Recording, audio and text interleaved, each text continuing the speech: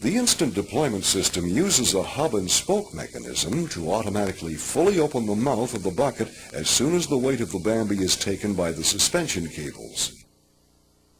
When the bucket is full, the IDS deployment cable and hub restrainer cables should be slack. They should not bear any load.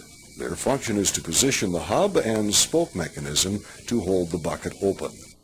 The main parts of the IDS are the hub, the deployment cable, the restrainer cable bracket, the shell brackets, and the spokes.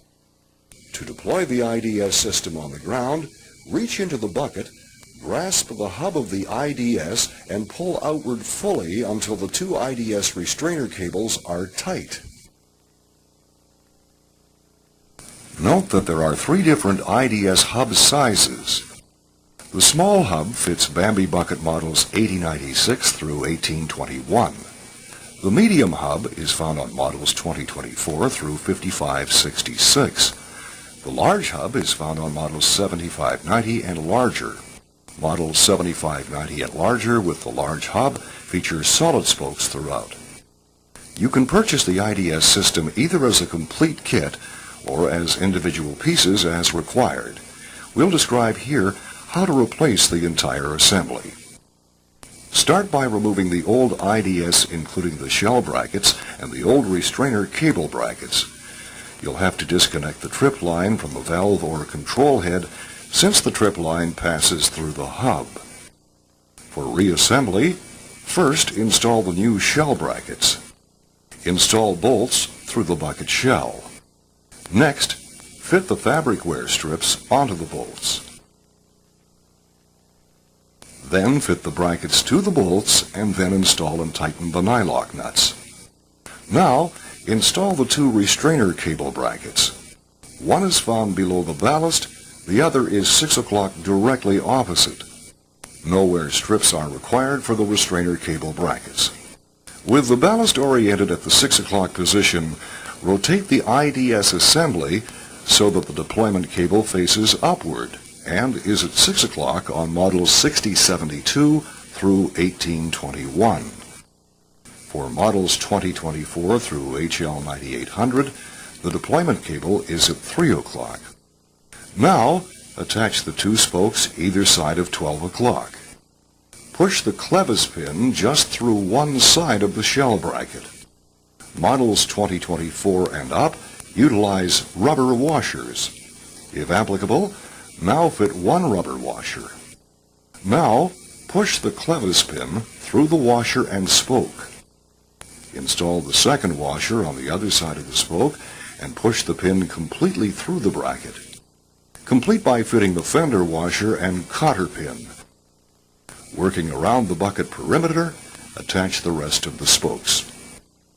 Attach the two restrainer cables and refer to video section 11.1 for adjusting the length of the restrainer cables. Once the IDS is fully installed, test for fit. You should be able to pull the hub past the midpoint position with a slight effort. If the IDS is either too loose or too tight, it will require adjustment. Note that for Bambi Bucket models 8096 through 1821, there are two adjustment spokes on either side of 12 o'clock opposite the ballast. For all other models, the adjustment spokes are either side of 6 o'clock above the ballast. If the IDS is too tight, adjust two of the spokes. Cut off the spoke just above the existing hole. Then, re-drill a new hole centered the same distance from the new end of the spoke as the other spokes. You will find this will likely produce a good fit. If the IDS is still too tight or too loose, there are two extra adjustment spokes provided with your IDS kit, which have one end that is undrilled. The spoke is also over length. We recommend that you utilize a piece of scrap tubing or even some wood doweling or broom handle to experiment with to determine a suitable spoke length. Then cut and drill the proper adjustment spokes to the corrected dimensions. Don't forget to reattach the trip line to the dump valve, passing the line through the hub. Also, attach the IDS deployment cable to the control head. Retrofit kits include a small adjustment chain at the end of the deployment cable.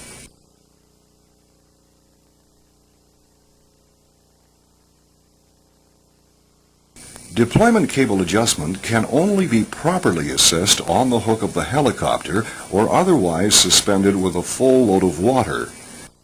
For this test, with retrofits, the deployment cable is attached to the middle length of the adjustment chain. Check tension in the deployment cable. Under full load, the deployment cable should feel relaxed but not slack. The hub should be free to move up or down about a half an inch or 13 millimeters.